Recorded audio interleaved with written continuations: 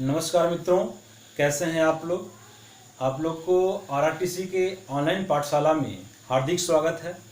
और आज हम फिर से बात करेंगे मध्यकालीन भारत के इतिहास के ऊपर।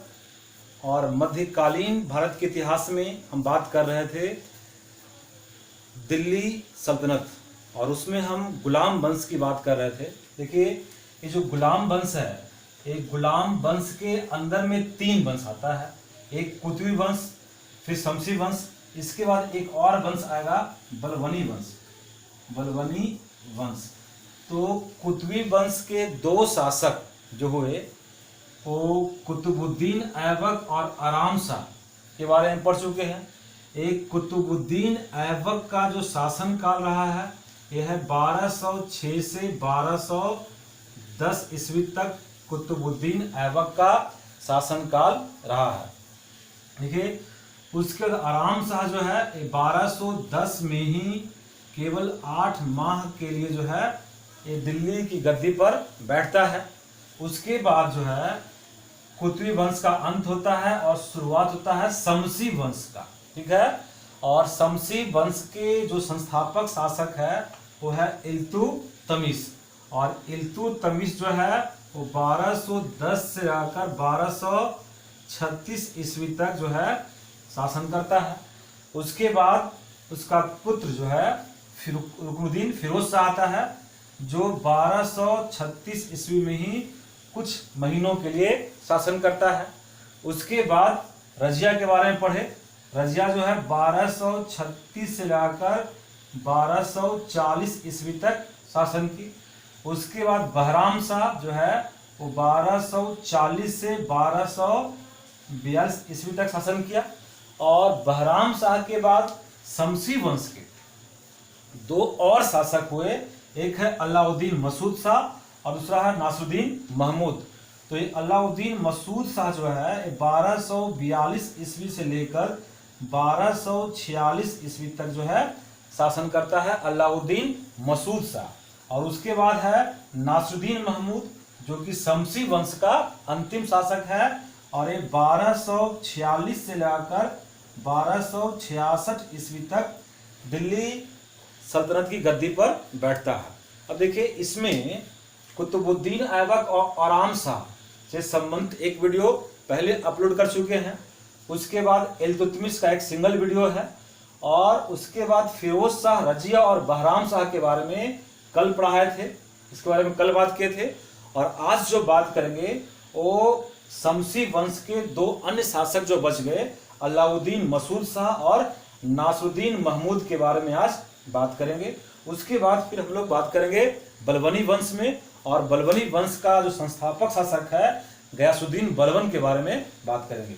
लेकिन आज के वीडियो में सिर्फ और सिर्फ शमसी वंश के अंतिम 2 शासक अलाउद्दीन मसूद शाह और नासरुद्दीन महमूद के बारे में पढ़ेंगे। क्लियर है? चलिए देखिए, तो सबसे पहले आज बात करते हैं अलाउद्दीन मसूद शाह के बारे में, जो कि गुलाम वंश में शमसी वंश का शासक है। अलाउद्दीन मसूद शाह, अलाउद्दीन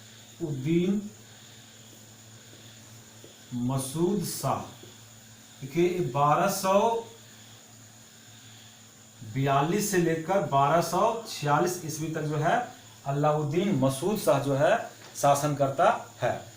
ये अलाउद्दीन मसूद शाह जो है वो रुकनुद्दीन फिरोज शाह का पुत्र है। किसका पुत्र है? रुकनुद्दीन फिरोज शाह का पुत्र है। और इल्तुतमिश का जो है पौत्र है। इल्तुतमिश का ये पौत्र है। कौन? अलाउद्दीन मसूद शाह, फिरोज शाह का पुत्र हुआ और इल्तुतमिश का पौत्र हुआ। देखिए, मसूद शाह जो दिल्ली सल्तनत की गद्दी पर बैठा, तो मसूद शाह को भी इस शर्त पर राजा बनाया गया था कि स्वयं वह राज्य की शक्ति का प्रयोग नहीं करेगा। ये अलाउद्दीन मसूद शाह को भी जो है इल्तुतमिश द्वारा जो चलीसा दल बनाया गया था, वे चलीसा दल के जो अमीर तुर्क थे, वे लोग मसूद शाह को भी इस शर्त पर राजा बनाए थे कि वह स्वयं जो है राज्य की शक्ति का प्रयोग नहीं करेगा, बल्कि इसका प्रयोग जो है वो अपने नायब ए मुमलक्कत के द्वारा कराएगा। किससे कराएगा? नायब ए मुमलक्कत, नायब ए मुमलक्कत के द्वारा राज्य की शक्ति का प्रयोग कराएगा। इसी शर्त पर जो है इसे राजा बनाया गया था। जबकि हम लोग पढ़े हैं कि नायब ए मुमलकत का पद जो है वो समाप्त हो चुका था।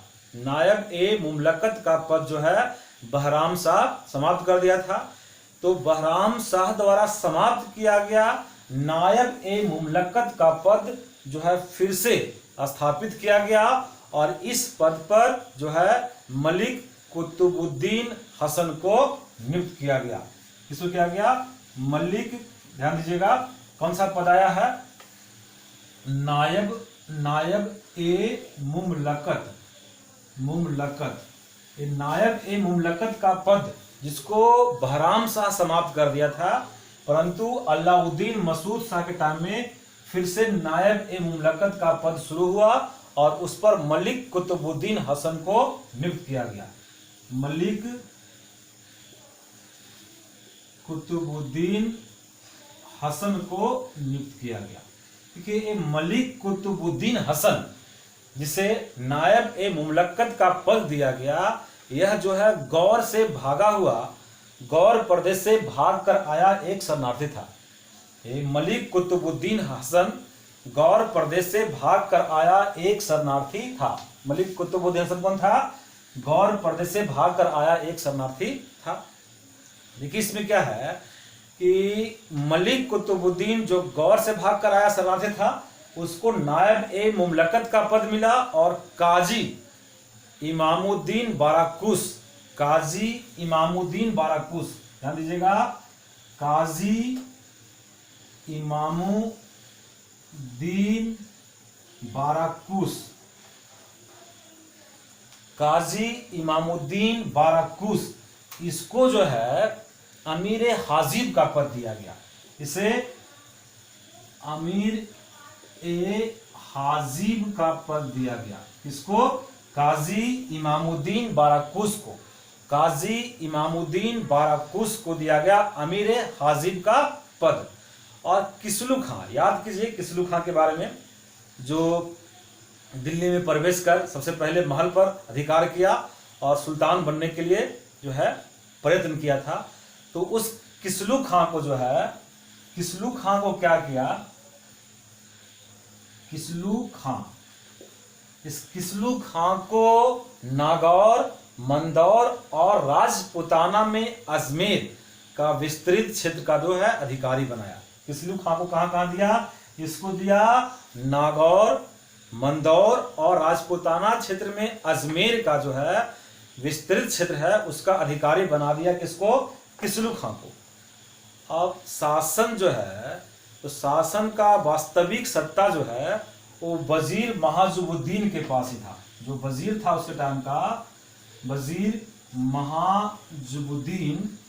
महाजुबुद्दीन जो था वजीर, तो वास्तविक सत्ता जो है अभी भी वजीर महाजुबुद्दीन के हाथों में था, जो कि एक गैर तुर्क सरदार था। ये वजीर महाजुबुद्दीन ही जो है बहराम शाह को फंसाया था।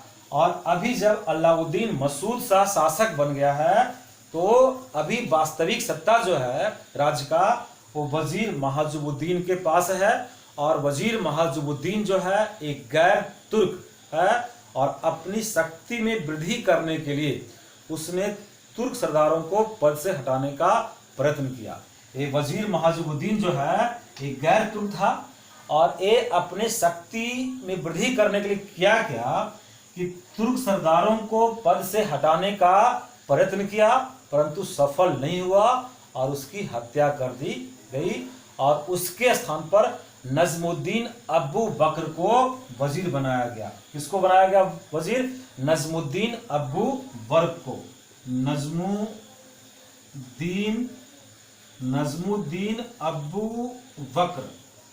नजमुद्दीन अब्बू बकर को वजीर बनाया गया, क्योंकि यह महाजुबुद्दीन जो है तुर्क सरदारों को सफाया करने में खुद ही साफ हो गया। अब जो है नजमुद्दीन अबू बकर को वजीर बनाया गया। देखिए, बहराम शाह को गद्दी से हटाने के बाद जो गयासुद्दीन बलबन था उसको फांसी का इक्ता प्रदान किया गया था। उस समय ही जब बहराम शाह को गद्दी से हटाया गया था तो उस समय बलबन को फांसी का इक्ता प्रदान किया गया था। कहाँ का? फांसी का इक्ता प्रदान किया गया था गयासुद्दीन बलबन को। लेकिन अब उसे अमीर हाजिब का पद दे दिया गया, यानी कि अमीर हाजिब का पद किसको मिल गया? बलबन को। यहां पर देखिए, अमीर हाजिब का पद काजी इमामुद्दीन बाराकुस को मिला था, लेकिन अब बलबन को अमीर हाजिब का पद दिया गया और इस पद पर उसे जो है मलिक बाराकुस के स्थान पर नियुक्त किया गया। मलिक बाराकुस के स्थान पर इसको नियुक्त किया गया। किसे? बलबन को। ठीक है। अब मलिक बाराकुस को जो है वो बयाना का राज्यपाल बना दिया गया। मलिक बाराकुस जो कि पहले अमीर हाजिब का पद पर था उसको अब बयाना का राज्यपाल बना दिया गया। देखिए, ये अलाउद्दीन मसूद शाह के शासन काल में ही बलबन का जो है राजनैतिक प्रभुत्व स्थापित हुआ है। अलाउद्दीन मसूद शाह के शासन काल में ही गयासुद्दीन बलबन का राजनैतिक प्रभुत्व स्थापित हुआ है। अमीर हाजिब का पद पर जैसे ही काबिज हुआ गयासुद्दीन बलबन, तो उसके बाद जो है पूरे घटनाक्रम का रुख ही बदल गया। ये पूरे घटना का रुख ही बदल दिया गयासुद्दीन बलबन। बलबन क्या किया? बलबन जो है 40 तुर्क सरदारों के दल में निम्न स्थान पर था। जब इल्तुतमिश चालीसा दल का गठन किया था तो उस पे सबसे निम्न स्थान पर था गयासुद्दीन बलबन, लेकिन अपनी योग्यता के कारण गयासुद्दीन बलबन जो है शासन में उच्च स्थान प्राप्त कर लिया। शासन में उच्च स्थान प्राप्त कर लिया। बलबन के कारण ही अगर बात करें तो सुल्तान अलाउद्दीन मसूद शाह का अगर शासनकाल की बात करें तो तुलनात्मक दृष्टि से काफी अधिक शांतिपूर्ण रहा था। इनका शासनकाल काफी अधिक शांतिपूर्ण रहा है, जिसका मुख्य श्रेय किसको गया है? गयासुद्दीन बलबन को जाता है। लेकिन देखिए, बाद के दिनों में क्या करता है कि बलबन ने अलाउद्दीन मसूद शाह को पद से हटाने के लिए करता क्या है कि एक षड्यंत्र रचता है, और इस षड्यंत्र में बलबन शामिल है और नासरुद्दीन महमूद जो अगला शासक बनने वाला है। तो इस षड्यंत्र में शामिल कौन कौन है? पहला बलबन, नासरुद्दीन महमूद और इसकी मां।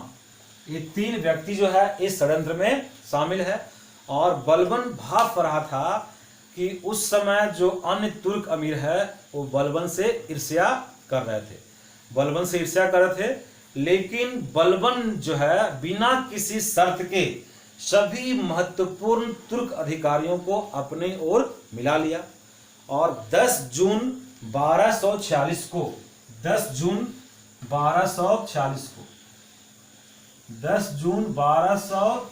को अलाउद्दीन मसूद शाह को 4 वर्ष 1 माह के शासनकाल के बाद 4 वर्ष 1 माह के शासन के बाद 10 जून 1246 को अलाउद्दीन मसूद शाह को गद्दी से उतार दिया गया तथा नासरुद्दीन महमूद को जो है दिल्ली सल्तनत का अगला शासक बनाया गया।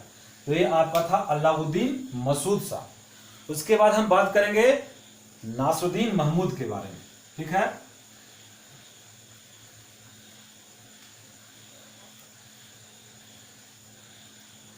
मेरे साथ थोड़ा लाइट का समस्या है, बोर्ड पे थोड़ा दिखाई जो है कभी पड़ता है कभी नहीं पड़ता होगा, इतना थोड़ा आप लोग जो है मैनेज कीजिए। हम भी इस पर सुधार करने की कोशिश करेंगे। आगे देखिए, नासरुद्दीन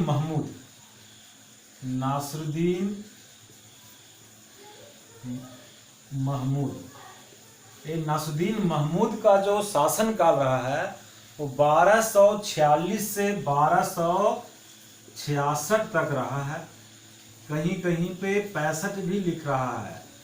तो नासुद्दीन महमूद का शासनकाल 1246 से 1266 है।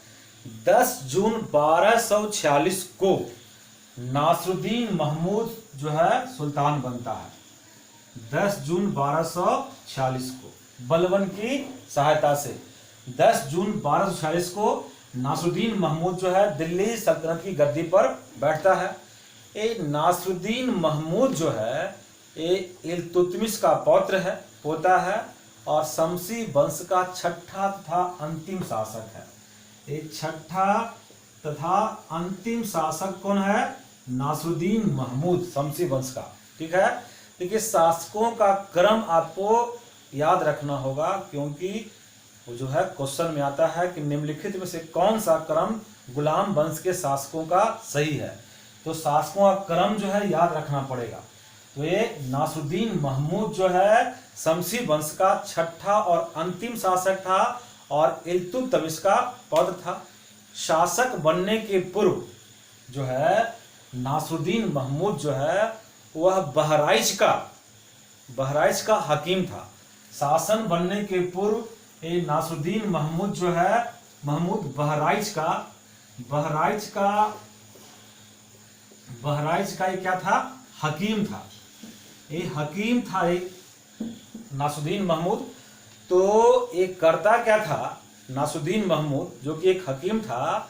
तो ये इसका जो मन है प्रशासनिक कार्यों में लगता नहीं था और यह हमेशा नमाज पढ़ने में और अधिकांश समय नमाज पढ़ने में और धार्मिक कार्यों में लगाता था।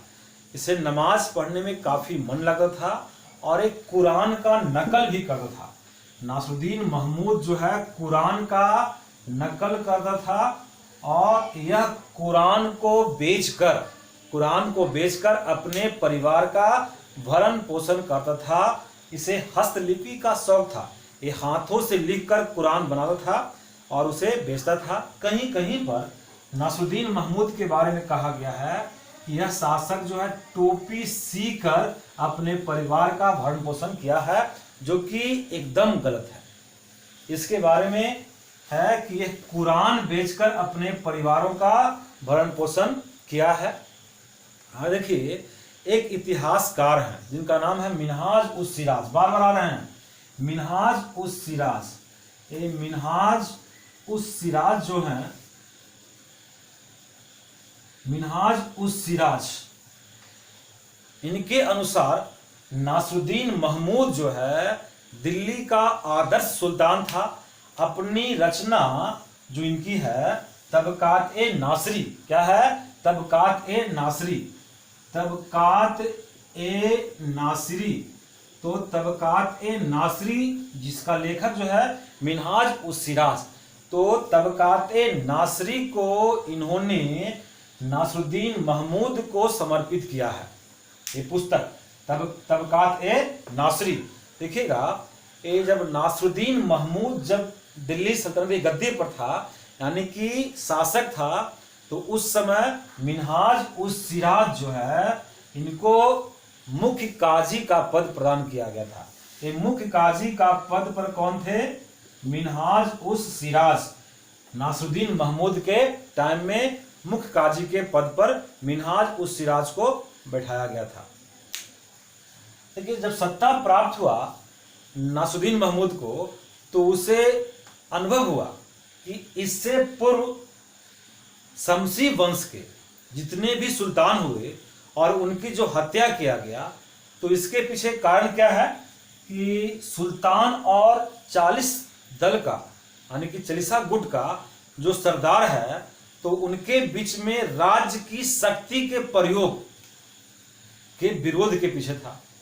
सुल्तान चाह रहा था कि राज्य की शक्ति का प्रयोग हम करें और 40 दल के सरदार में से उनका कहना था कि 40 दल में से कोई एक व्यक्ति राज्य की शक्ति का प्रयोग करेगा और इसके लिए उन लोगों ने एक नया पद सृजित किया था, नायब ए मुमलकत का पद।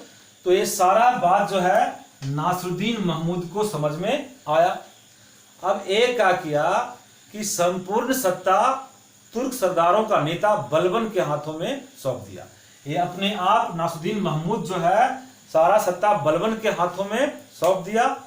और यहाँ पर जो शक्ति, राज्य की शक्ति के लिए जो संघर्ष सुल्तान और तुर्क सरदारों के मध्य चल रहा था, वह संघर्ष अब क्या हो गया, अपने आप समाप्त हो गया। क्योंकि यह ऐसा सुल्तान निकला जो अपने आप राज्य की संपूर्ण शक्ति 40 दलों के प्रमुख नेता गयासुद्दीन बलबन के हाथों में सौंप दिया था। अब देखिए, नासरुद्दीन महमूद की स्थिति का वर्णन करते हुए एक लेखक है इसामी, लिखा है कि वह बिना तुर्क सरदारों की पूर्व आज्ञा की, कौन लिखा है, असामी। असामी बोल रहे हैं नासरुद्दीन महमूद के बारे में कि यह एक ऐसा सुल्तान था जो वह बिना किसी पूर्व आज्ञा लिए, तुर्क सरदारों से बिना कोई आज्ञा लिए वह हाथ पैर तक नहीं हिलाता था और न ही कोई ठोस जो है कदम उठाता था। उसके बारे में कहा गया कि न तो वह उनके आदेश के बिना, उनके कहे बिना पानी पीता था और न ही सोता था। तो यहाँ पर जो है अपने आप संघर्ष को अंत किया है कौन, नासरुद्दीन महमूद, और बढ़ावा किसको मिला है, बलबन को।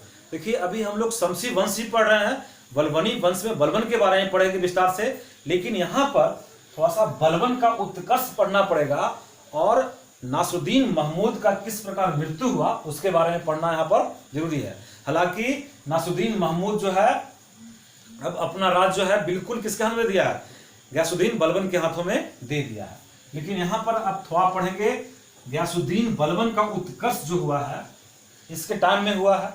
तो यहाँ पर पढ़ेंगे बलबन का उत्कर्ष,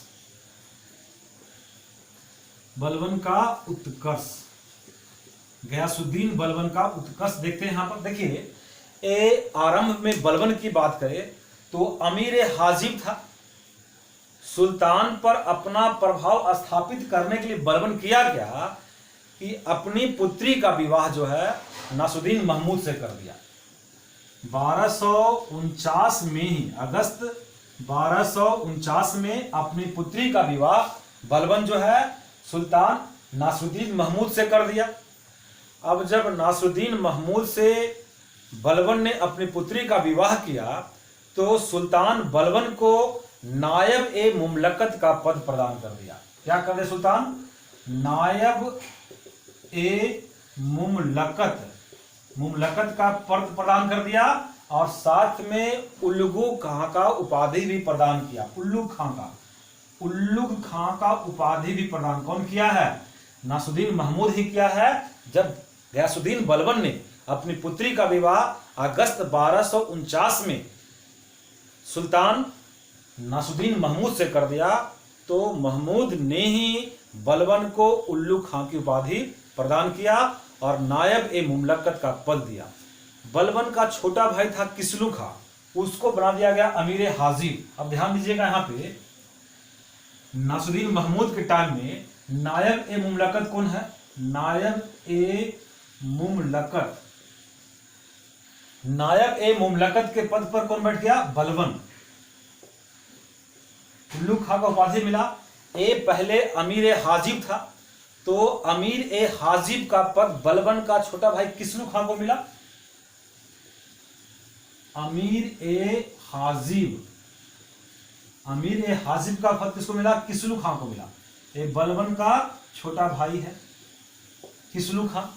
उसके बाद बलबन का एक चचेरा भाई है शेर खां। तो शेर खां को लाहौर और भटिंडा का सूबेदार बनाया गया। लाहौर और भटिंडा, भटिंडा का सूबेदार कौन बना, शेर खां। ये शेर खां जो है बलबन का चचेरा भाई है। अबू बकर जो कि नासरुद्दीन महमूद के टाइम में वजीर बना था और वह बलबन के गुट का था, तो वजीर के पद पर जो है अबू बकर ही बना रहा। तो वजीर कौन है, अभी तक वजीर अबू बकर ही है। अबू बकर को वजीर का पद मिला रहा। इसके अतिरिक्त जो है और बहुत सा पद जो है बलबन ने अपने संबंधियों को प्रदान किया नासुद्दीन महमूद के टाइम में ही। अब देखिए कि जब बलबन का इतना संबंधी, बलबन जो है अपने संबंधियों को एक से एक पद प्रदान कर रहा है नासुद्दीन महमूद से सिर्फ अपनी बेटी की विवाह करके, ससुर बन के इतना काम कर रहा है, बड़ा कमियां निकला है ना। तब देखिए अब क्या है कि बलबन का कोई प्रतिद्वंदी निकलेगा, कोई तो ऐसा होगा जो बलबन की बेटी से प्यार किया होगा। और बलबन जो है अपनी बेटी का शादी नासुद्दीन महमूद से कर दिया है, तो इसका कोई प्रतिद्वंदी तो होगा ही। तो बलबन का मुख्य प्रतिद्वंदी जो है वो हमारे बिहार का एक सूबेदार था कुतलुग खां, जो तुर्के चिहलगानी में वरिष्ठ था, चालीसा दल का वरिष्ठ था। क्या नाम था? कुतलुग खां। बिहार का सूबेदार है कुतलुग खां। कुतलुग खां ये जो है बलबन का सबसे महत्वपूर्ण और चालीसा दल का वरिष्ठ जो है ये प्रतिद्वंदी है किसका? बलबन का। और इसके अतिरिक्त क्या हुआ उस समय कि जैसे ही बलबन ने अपनी बेटी का विवाह किया नासरुद्दीन महमूद से, तो बहुत से भारतीय मुसलमानों को भी बेकार लगा और वो लोग भी जो है एक दल बनाए। और उस दल में जो है जो उसका नेता था उसका नाम था इमामुद्दीन रेहान। तो भारतीय मुसलमानों का जो दल बना और उस दल का जो नेता हुआ उसका नाम था इमामुद्दीन रेहान। क्या नाम है उसका? इमामुद्दीन रेहान। इमामुद्दीन रेहान। इमामुद्दीन रेहान तथा अन्य अमीरों ने मिलकर क्या किया कि बलबन के विरुद्ध षड्यंत्र रचा। एक तो हो गया बिहार का कुतलुग खां और यहाँ पर है इमामुद्दीन रेहान और कुछ अन्य अमीरों को मिला लिए और मिलाकर क्या किए कि बलबन के विरुद्ध षड्यंत्र रचे और उसमें क्या किए कि नासरुद्दीन महमूद को यानी कि बलबन के दामाद को जो है अपने पक्ष में मिला लिया। अब सुल्तान को मिला के रेहान का करवाता है कि बलबन को उसके पद से हटा दिया गया। कौन सा पद था? नायब ए मुमलकत। तो बलबन को नायब ए मुमलकत के पद से हटा दिया गया और इसको पहले हांसी और फिर नागौर भेजा गया। बलबन को नायब ए मुमलकत के पद से हटाकर इसको पहले हांसी भेजा गया और उसके बाद नागौर भेज दिया गया। देखिए जब गयासुद्दीन बलबन को उसका खुद का दामाद जब नायब ए मुमलकत के पद से हटाता है और हांसी और फिर नागौर भेजता है तो ये दोनों अफसरों पर सुल्तान की आज्ञा का पालन बुद्धिमत्ता पूर्वक करता है। ठीक है, बाद में देख लेंगे। अब इमामुद्दीन रेहान जो है, इमामुद्दीन रेहान खुद नायब ए मुमलकत के पद पर बैठता है। कौन? इमामुद्दीन रेहान।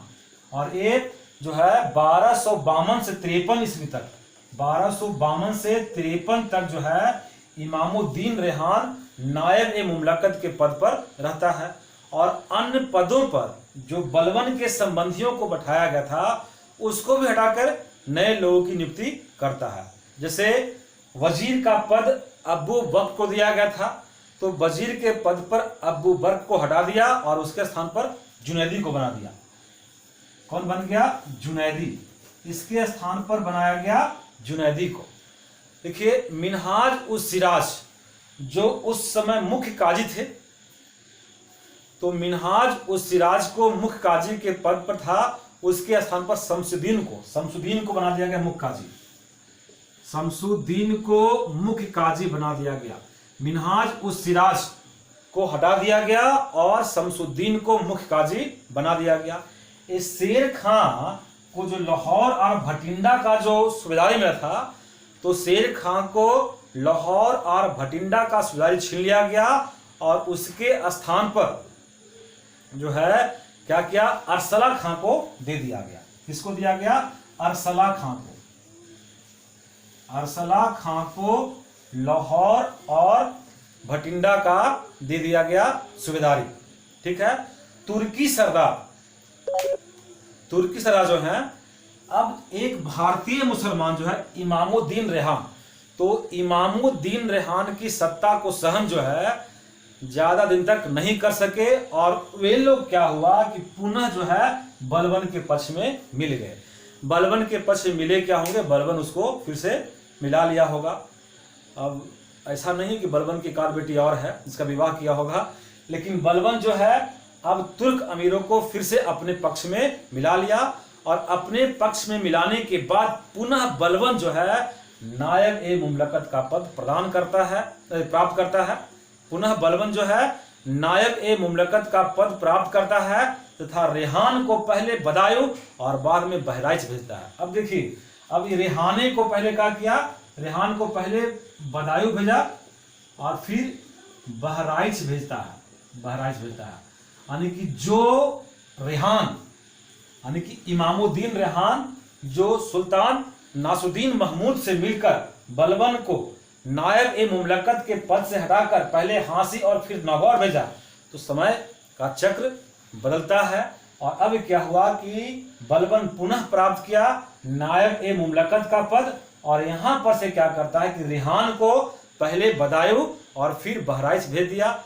रेहान के बारे में कहा गया है कि वह धर्मच्युत था, यानी कि धर्म परिवर्तित मुसलमान था, शांति का अपहरणकर्ता कहा गया और षड्यंत्रकारी कहा गया। यानी कि शमसी वंश के दौरान बलबनी वंश में, यानी गुलाम वंश के अंदर में रेहान का नाम जो है, इमामुद्दीन रेहान का जो नाम लिया गया, भारतीय मुसलमान के नेता था, लेकिन उसका नाम धर्मच्युत मुसलमान कहा गया, धर्म परिवर्तित क्या हुआ मुसलमान कहा गया, शांति का अपहरणकर्ता कहा गया और षड्यंत्रकारी कहा गया।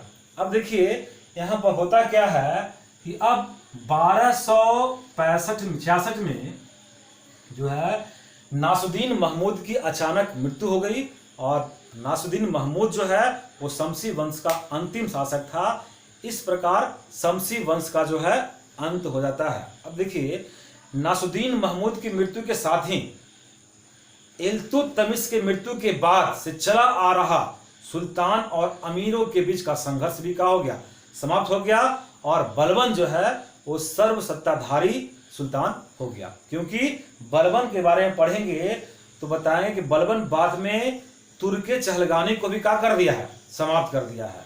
तो यहाँ पर देखिएगा, स्क्रीनशॉट ले सकते हैं, तो यहाँ पर देखिएगा कि नासुद्दीन महमूद की जो मृत्यु हुआ है, तो उसके मृत्यु के बारे में अलग अलग इतिहासकारों का अलग अलग मत है। कुछ इतिहासकारों का मत है जिसमें बात करें अगर, तो तारिक ए मुबारक शाही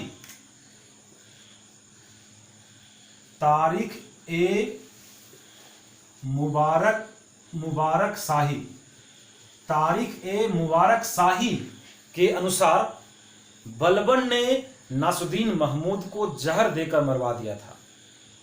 ठीक है। फिर बात करें फरिश्ता, तो फरिश्ता के अनुसार बलबन क्या क्या था कि इल्तुतमिश के कई वंशजों को वध करवाया था। तो वध होने के डर से ही देखे थे यहाँ पर हम लोग कि नासुद्दीन महमूद जो है, इस डर से ही, क्योंकि बहराइच का ही हकीम था, ये हकीम साहब डर गए और डर कर ही जो है राज की सत्ता बलबन के हाथों में सौंप दिए थे। और बलबन इतना कट्टर था कि उसके डर से कोई और जो है सामने नहीं आया। आगे देखिए, इब्न बतूता